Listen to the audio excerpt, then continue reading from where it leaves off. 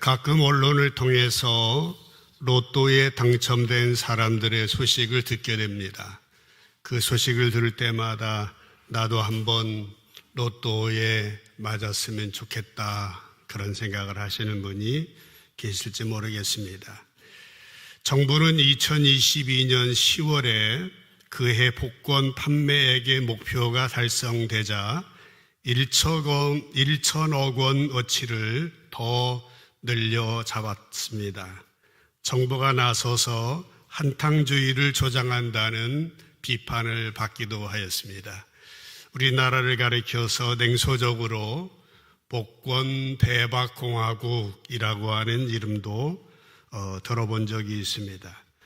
텍사스의 기술대학의 법학 교수인 게리 베이어라고 하는 사람은 일확천금으로 졸부가 된 사람들에 대한 책을 내기도 했습니다. 그는 일확천금으로 졸부가 된 사람들의 비극적인 종말을 이야기하면서 도박이나 복권으로 갑자기 돈을 번 사람들은 돈 쓰는 방법을 모른다는 공통점이 있다고 하면서 먼저 소신을 갖고 돈 쓰는 방법부터 배워야 행복한 부자가 될 수 있다라고 충고하기도 하였습니다. 그렇습니다, 여러분. 아무리 많은 돈이 있다 할지라도 그 돈이 우리들의 행복을 보장해 주지는 못합니다. 오늘 본문 말씀에 보면은 예수님께서 마귀에게 받은 3가지의 시험 가운데 첫 번째의 시험이 나옵니다. 예수님이 공생애를 시작하시면서 세례를 받으시고 이제 40일 금식하신 후에 마귀에게 시험을 받으시는데 그 첫 번째 시험입니다. 3절 말씀을 보시게 되면은 마귀는 예수님에게 내가 만일 하나님의 아들이라면 이 돌들에게 명하여 떡이 되게 하라고 시험하였습니다. 우리는 보통 이 본문을 보면서 배고픈 사람에게 먹을 것을 가지고 공격하다니 마귀란 존재는 참 치사하구나, 나도 이런 시험 당하지 않도록 조심해야 되겠다라고 생각을 하기도 합니다. 물론 이렇게 생각하는 것도 틀린 건 아닙니다만은 본문의 예수님의 첫 번째 시험은 본문 그 이상의 의미를 가지고 있습니다. 잘 아시는 대로 믿음의 조상 야곱은 사냥을 다녀온 형 에서가 배가 고픈 것을 이용해서 이제 장자권을 샀습니다. 마찬가지로 오늘 본문의 예수님도 40일 금식하셨기 때문에 배가 고프셨던 것은 사실입니다. 그러나 40일 금식한 사람을 떡을 먹게 한다고 하는 것은 위험천만한 일입니다. 그러니까 본문에서 사탄이 예수님이 단지 배가 고프셨기 때문에 이런 시험으로 공격한 것은 아닌 것 같습니다. 아마 예수님이 금식하지 않으셨을지라도 이런 시험은 했을 것이 분명합니다. 1절, 2절을 보시게 되면은 예수님이 성령의 충만함을 입어 요단강에서 돌아오셨다라고 기록하고 있습니다. 요단강에서 세례를 받고 돌아오셨다라고 하는 것이죠. 이어서 광야에서 40일 동안 성령에게 이끌리시며 2절에 보면 마귀에게 시험을 받으셨다라고 하는 겁니다. 그러니까 예수님이 40일 금식하시고 마귀에게 시험을 받으신 것은 요단강에서 돌아오신 그 순간부터 시작이 됩니다. 그러니까 요단강에서 세례를 받으시는 일과 본문에서 시험을 받으신 일은 서로 연관성이 있음을 드러내주고 있습니다. 예수님은 요단강에서 세례 요한에게 세례를 받으셨습니다. 우리가 지난 시간에 보았던 것처럼 누가복음 3장에는 예수님의 세례와 예수님의 족보가 기록되어 있고요. 우리가 오늘 보는 누가복음 4장에는 예수님의 시험이 나오고 있습니다. 이것은 바로 예수님의 세례나 예수님의 족보나 예수님의 시험은 모두 한 연장성산에 있는 것이다 라고 하는 것입니다. 돌이켜보면 누가복음 3장 22절에 보면 예수님이 세례를 받으실 때에 하늘에서 소리가 났습니다. 너는 내 사랑하는 아들이라, 내가 너를 기뻐하노라. 그러니까 예수님이 세례를 받으신 것은 한 인간 예수가 세례를 받으신 것이 아니라 하나님의 아들로서 또 인류의 대표자로서 세례를 받으신 것입니다. 또 예수님의 족보의 의미도 그러합니다. 당시 사람들은 예수님을 사람의 아들로 갈릴리 나사렛의 목수 요셉의 아들로 생각했습니다마는 예수님의 족보에는 뭐라고 기록되었습니까? 예수님은 아담을 지나서 예수님에게까지 거슬러 올라가는 것으로 기록되어 있습니다. 이것은 바로 예수님이 단지 사람의 아들이 아니라 하나님의 아들이심을 강조하기 위한 것이었다라고 하는 것입니다. 계속되는 예수님의 시험도 마찬가지입니다.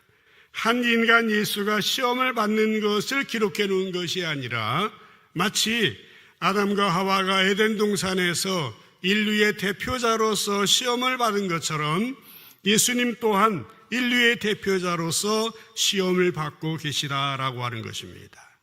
예수님은 이 땅에 두 번째 아담으로 오셨습니다. 첫 번째 아담을 통해서 인류에게 죄와 죽음이 왔다고 한다면 두 번째 아담이신 예수님을 통해서는 용서와 구원과 영생이 온 것입니다. 마귀는 이것이 싫었습니다. 예수님의 용서의 사역, 구원 사역, 예수님의 영생의 사역을 방해하려고 예수님을 시험하고 있는 것입니다. 마귀가 예수님을 시험할 때 뭐라고 속삭였습니까? 3절을 다시 보게 되면은 마귀가 이르되 내가 만일 하나님의 아들이라면, 내가 하나님의 아들이 맞느냐?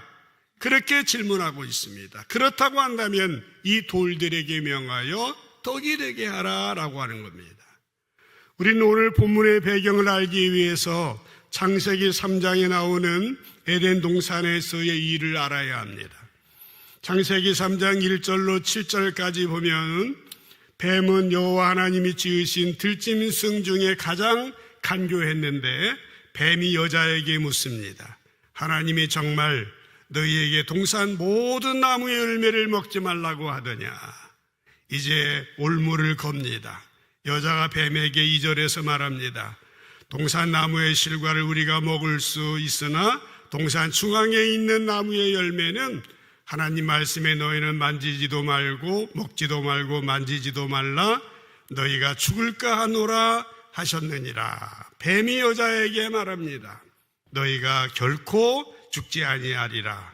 도리어 그것을 먹는 날에는 너희 눈이 밝아져 하나님과 같이 되고 선악을 알 줄을 하나님이 아셨기 때문에 먹지 못하도록 한 거다.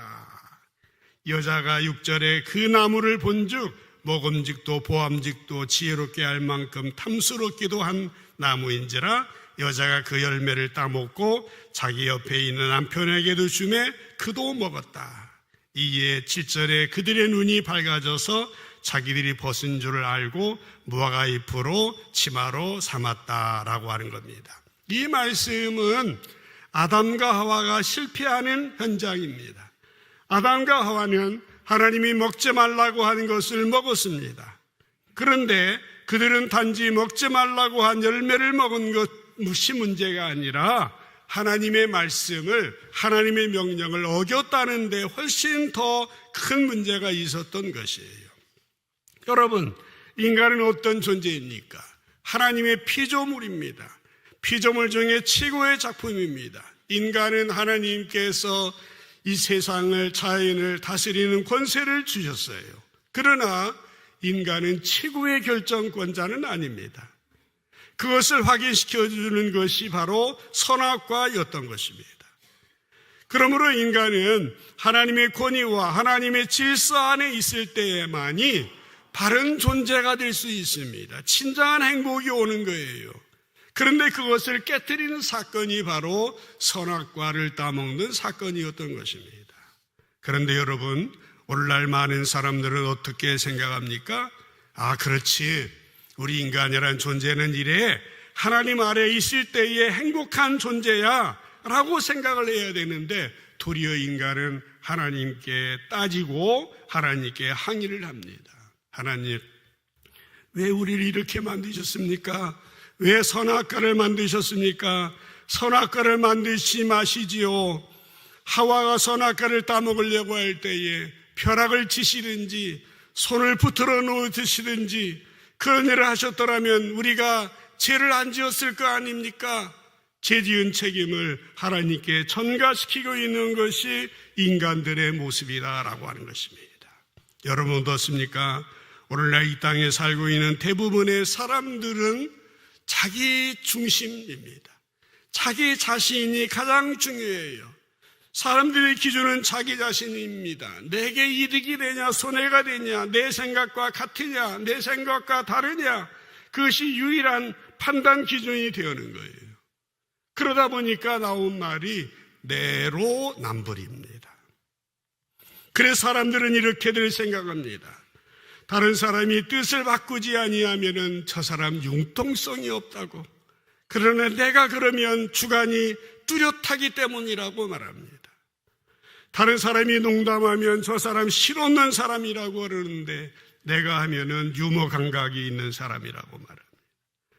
다른 사람이 일하는데 시간이 걸리면 왜 꿈을 그리냐고 말하는데 내가 그러면 꼼꼼하기 때문이라고 그럽니다.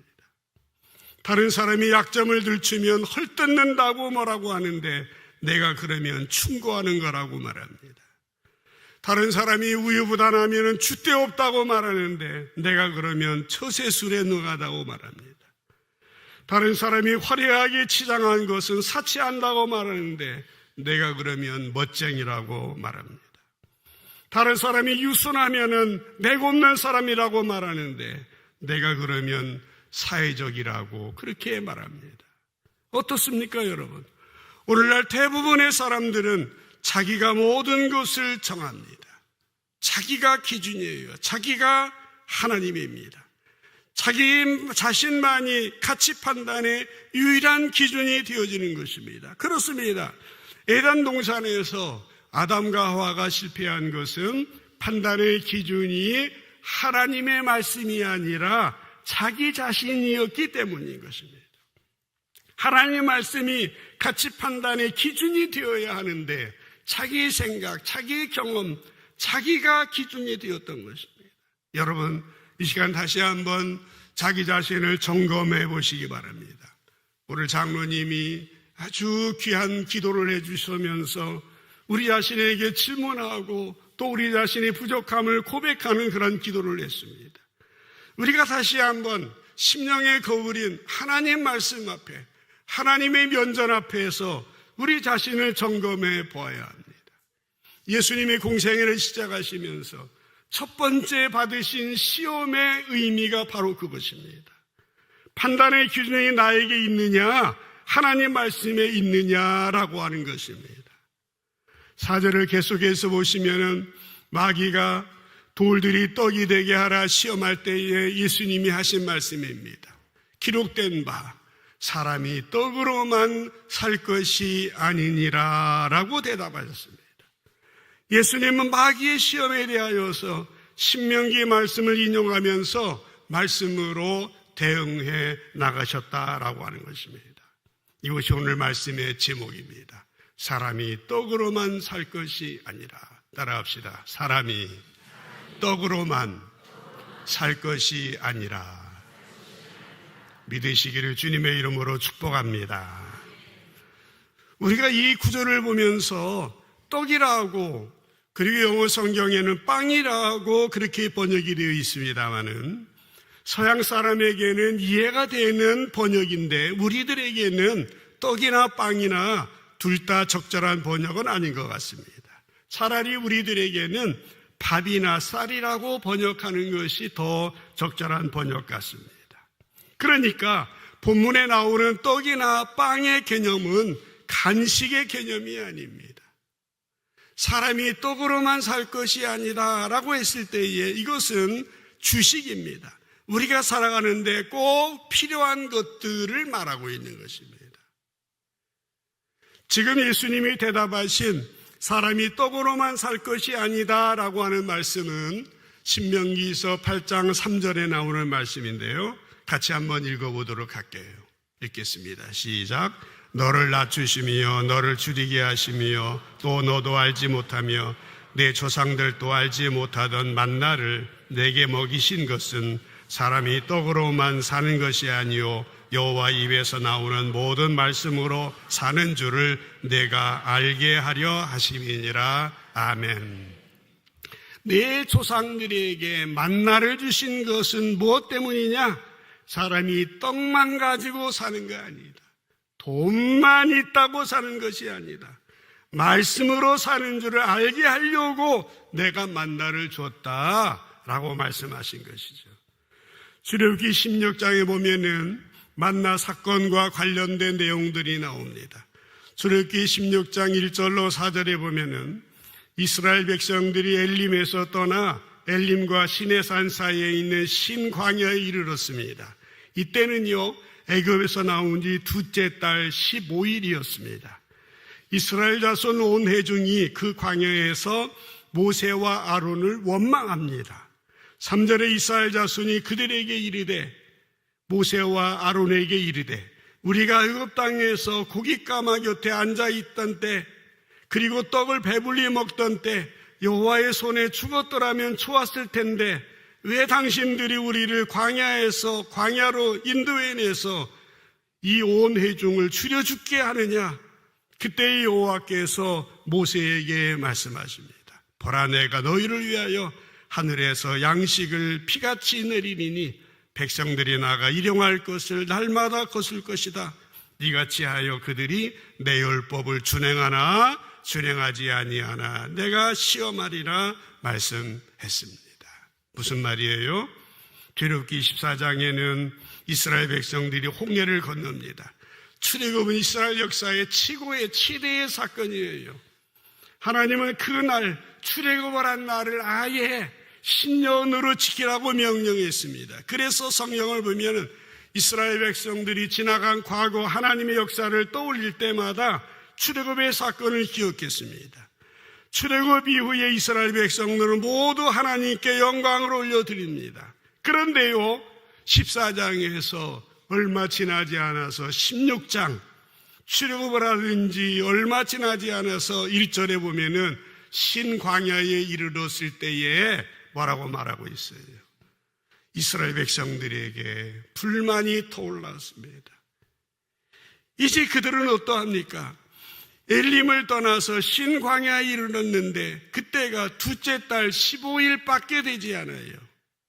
근데 그때 2절에 보면은 이스라엘 자손 온 회중이 모세와 아론을 광야에서 원망했다라고 하는 것입니다. 둘째 달 15일이라고 하면은요, 출애굽을 한 지 30일 정도 후였습니다. 그러니까 출애굽이라고 하는 최고의 최대의 사건, 하나님께 찬양하고 영광 돌렸던 크신 하나님의 은혜에 대한 감격은 한 달 동안도 지속되지 못했던 것입니다. 그들은 무엇에 불만이 있었습니까? 3절에 보면 그들의 불만은 먹을 것이었습니다. 애굽에 있을 때는 잘 먹고 잘 살았는데 이제는 배고파 죽게 되었다고 원망하며 항의하고 있는 것이에요. 이런 하나님의 불만에 대하여서 이스라엘 백성들의 불만에 대해서 하나님은 속이 상하셨습니다. 그래서 말씀하신 거예요. 너희가 먹고 사는 것 때문에 나를 믿지 못하겠다고 하는데 그것이 진짜인지 아닌지 확인해 보자. 내가 너희들의 먹을 것을 책임져 줄 테니 먹을 것이 충분하면 너희들이 죄를 안 짓는지 내가 확인해 보겠다 하면서 주신 것이 만나였다라고 하는 것이에요. 좀 더 쉽게 말씀드리면요, 나를 못 따르는 것이 외적인 조건 때문인지 내적인 조건 때문인지 확인해 보자라고 하는 것입니다. 그래서 하나님께서는 40년 동안 만나를 먹이시고 메추라기를 주시고 굴기둥으로 구름기둥으로 그들을 인도해 주셨다라고 하는 것입니다. 또 신명기 8장 2절로 6절에 보면은 내 하나님 여호와께서 40년 동안에 내가 광야의 길을 걷게 하신 것을 기억하라. 이것은 너를 낮추시고 너를 시험하사 내 마음이 어떠한지 그 명령을 지키는지 지키지 않는지 알려 하심이라. 너를 낮추시며 너를 줄이게 하시며 너도 알지 못하며 내 조상들도 알지 못하던 만나를 내 입에 먹이신 것은 사람이 떡으로만 사는 것이 아니라 여호와 입에서 나오는 모든 말씀으로 사는 줄을 내가 알게 하려 하심이니라. 이 40년 동안에 내 의복이 헤어지지 아니하고 내 발이 부르트지 아니하였다. 너는 사람이 그 아들을 징계한 것 같이 내 하나님 여호와 하나님께서 너를 징계하시는 줄을 마음에 생각하고 내 하나님 여호와의 명령을 지켜 그 얘기를 따르며 그를 경외할지니라 라고 말씀했습니다. 여기 신명기의 말씀과요, 아까 말씀드린 출애굽기의 말씀은 시간 간격이 40년입니다. 이스라엘 백성들이 40년 광야 생활은 그들의 범죄의 결과였습니다. 그러나 그 기간 동안도 하나님께서는 이스라엘 백성들에게 만나를 먹이셨어요. 의복도 해진 일이 없었어요. 발부르튼 일도 없도록 해주셨어요. 그러나 그렇게 이스라엘 백성들을 인도하였음에도 불구하고 이스라엘 백성들은 어떻습니까? 하나님 말씀을 지키지 아니했습니다. 그러니까 사람이 죄를 짓는 것은 배고파서 외적인 조건이 충족되지 않아서 죄를 짓는 것이 아니라고 하는 말씀이에요. 그렇기 때문에 이스라엘 백성들에게 지금 필요한 것은 뭡니까?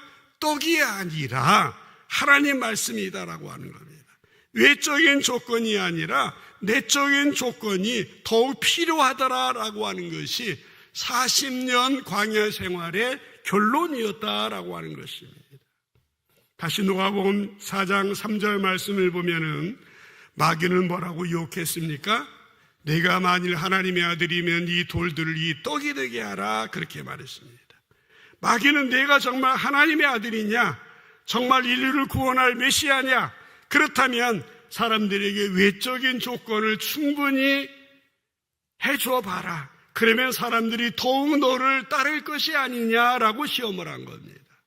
이것이 마귀의 시험이었습니다. 그런데 이 시험에 대해서 예수님은 뭐라고 대답을 하셨습니까? 아니다. 나는 1500년 전에 이미 끝난 얘기다. 사람들에게 외적인 조건을 충족해 시켜주었지만은 사람들은 하나님을 따르는 존재가 아니라고 하는 것을 알게 되었다. 이들에게 필요한 것은 외적인 조건이 아니라 하나님의 말씀, 내적인 조건이 필요하다라고 역설하신 것이에요. 그래서 떡으로만 사는 것이 아니라 하나님 말씀으로 사는 것이다 라고 예수님이 이 시험을 통하여서 어떻게 살아가야 될지에 대해서 말씀을 하고 있는 것이죠. 예수님은 분명히 이렇게 말씀해 주셨음에도 불구하고 예로부터 지금까지 모든 인간들은 어떠합니까? 외적인 조건을 중요한 것으로 생각해 왔습니다. 뭐가 있어야지. 지위와 명예와 권세와 재물과 떡이, 빵이 있어야 된다고, 밥과 쌀이 있어야 된다고, 그것에 골몰하는 것이 우리의 모습인 겁니다. 그러나 여러분, 실제로는 어떻습니까? 실제로는 그렇지 않아요. 실제 우리의 삶 가운데 원하는 자리에 앉기만 하면, 원하는 재력을 갖추기만 하면, 원하는 만큼 유명해지면 행복할 것 같습니까? 그렇지 않습니다. 원하는 만큼 되면 하나님을 잘 믿을 것 같지만 그렇지 않습니다. 원하는 성적을 얻고 이상적인 사람과 결혼을 하고 그러면 하나님께 순종하는 자녀가 될 것 같지만은 그렇지 않습니다. 여러분, 우리의 참된 만족은 외적인 조건에 있는 것이 아닙니다. 물론 외적인 것이 필요하지 않은 것은 아닙니다. 돈도 있어야 돼요. 건강도 해야 됩니다. 필요한 것이 왜 없습니까? 그래서 예수님은 사람이 떡으로만 사는 것이 아니다 라고 말씀하셨지 떡이 필요 없다 라고 말씀하시지 않으셨어요. 그래서 주기도문을 가르칠 때도요, 일용할 양식을 주시옵고 그렇게 기도하라고 가르치셨고요, 오병이어의 기적을 통하여서 5,000명을 먹이시기도 했습니다. 예수님은 떡이 필요 없다고 말씀하신 것이 아니라 단지 떡만 있으면 된다라고 하는 그런 생각을 버리라고 말씀하신 겁니다. 그렇습니다. 떡만 있다고 문제가 다 해결되는 것은 아닙니다. 우리는 하나님의 말씀으로 살아야 된다라고 하는 것입니다. 예수님께서 첫 번째 공생애를 시작하시면서 받으신 시험이 바로 이 시험이었습니다. 무엇이 중요하냐? 우리의 가치관의 문제입니다. 우리의 인생관의 문제예요. 우리의 세계관의 문제인 것입니다. 예수님이 행하신 기적 가운데 사복음서에 콩이 나오는 기적이 오병이어의 사건입니다. 그만큼 그 사건은 중요합니다. 그런데 공관복음서에는 기적의 내용 자체에 관심이 있다면 요한복음에는 그 의미에 관심을 갖고 있습니다. 요한복음에는 오병이어 사건 이후에 그것을 설명하는 긴 내용들이 들어가 있습니다. 요한복음 6장 14절 15절에 보면은 예수님이 그 기적을 일으키셨을 때에 사람들의 반응이 나옵니다. 보시죠. 그 사람들이 예수님께서 행하신 이 표적을 보고 말하되 이는 참으로 세상에 오실 그 선지자라. 대단한 분이야. 그래서 15절에 보면은 예수께서 그들이 와서 자기를 억지로 붙들어 가지고 임금으로 삼으려는 줄을 아시고 다시 혼자 산으로 떠나가셨다라고 기록이 되어 있습니다. 떠났습니다. 무슨 말이에요? 사람들이 먹고 배부르자 이 사람이 예수가 우리의 문제, 우리의 경제 문제, 먹고 사는 문제, 우리의 외적인 문제를 책임질 수 있는 분이다라고 생각하고 예수를 왕으로 세우려고 했던 거예요. 그러나 예수님의 목적은 그게 아니었습니다. 그래서 산으로 피하셨던 거예요. 나중에 예수님이 제자들에게 오병이어의 의미를 설명하십니다. 요한복음 6장 32절 이후에 보면은 예수께서 이르시되 내가 진실로 너희에게 이르노니 모세가 너희에게 하늘로부터 떡을 준 것이 아니라 내 아버지께서 너희에게 하늘로부터 참떡을 주시나니 하나님의 떡은 하늘에서 내려 세상에 생명을 주는 것이니라. 그들이 이르되 주여 이 떡을 항상 우리에게 주소서라고 말하니까 예수님이 35절에서 중요한 말씀을 하세요. 예수께서 이르시되 나는 생명의 떡이니 내게 오는 자는 결코 줄이지 아니할 터이요 나를 믿는 자는 영원히 목마르지 아니하리라. 그렇게 말씀했습니다. 나는 생명의 떡이다라고 하는 말씀인 것이에요. 예수님께서 이 말씀을 하셨습니다. 그러므로 나를 먹어야 살지 떡으로만 밥으로만 사는 것이 아니다라고 하시는 거예요. 공관복음인 마태복음 14장 19절에 보면은요 오병이어의 사건이 기록되어 있습니다. 무리를 명하여 잔디 위에 앉히시고 떡 5개 물고기 2마리를 가지사 하늘을 우러러 축사하시고 그랬습니다. 기도하셨다는 말이에요. 하늘을 우러러 축사하시고 떡을 떼어 제자들에게 주심에 제자들이 무리에게 주니 이 그림은요 예수님의 최후의 만찬과도 비슷한 장면입니다. 그러니까 예수님이 떡과 물고기를 나누어 주신 것은 자기 자신을 나누어 주신 것이에요. 그렇기 때문에 요한복음 6장 35절에 예수님이 나는 생명의 떡이니 내게 오는 자는 결코 주지 않고 나를 믿는 자는 영원히 목마르지 아니하겠다라고 말씀하셨다라고 하는 것입니다. 사랑하는 여러분, 우리들은 누구입니까? 우리들은 하나님의 자녀입니다. 예수님의 십자가의 피 공로로 구원받은 하나님의 자녀예요. 부활하신 주님의 능력으로 교회를 세우신 성령님의 능력으로 영원히 살 수 있는 권세를 가지고 있습니다. 하나님의 자녀로 영생의 선물을 받은 존재들이에요. 그러면 우리들은 외적인 어떤 조건보다 내적인 조건이 훨씬 더 중요하다고 하는 사실을 우리 마음 가슴 깊은 곳에서부터 고백할 수 있어야 된다라고 하는 것입니다. 그래서 오늘 예수님이 공생이 시작하면서 첫 번째 시험을 이렇게 이겨내신 거예요. 사람이 떡으로만 사는 것이 아니다. 하나님 말씀으로 살아야 된다라고 하는 것입니다. 그런데 예수님이 이렇게 오병이어의 기적을 베푸신 다음에 영생에 대한 말씀도 주시고 내가 생명의 떡이다라고 말씀하셨는데요. 사람들은 어떤 반응을 보입니까? 사람들은 예수님을 떠났고요. 성경에 보면 다시는 함께 다니지 아니하였습니다. 왜 그렇습니까? 그들에게 여전히 중요한 것은 육신의 떡이었어요. 그들에게 여전히 중요한 것은 외적인 조건이었다라고 하는 것입니다. 그때 예수님은 제자들에게 이런 안타까운 질문을 하고 계세요. 요한복음 6장 67절 말씀에 보면은 예수께서 12 제자들에게 이르시되 너희도 가려느냐. 사람들이 다 떠나버렸어요.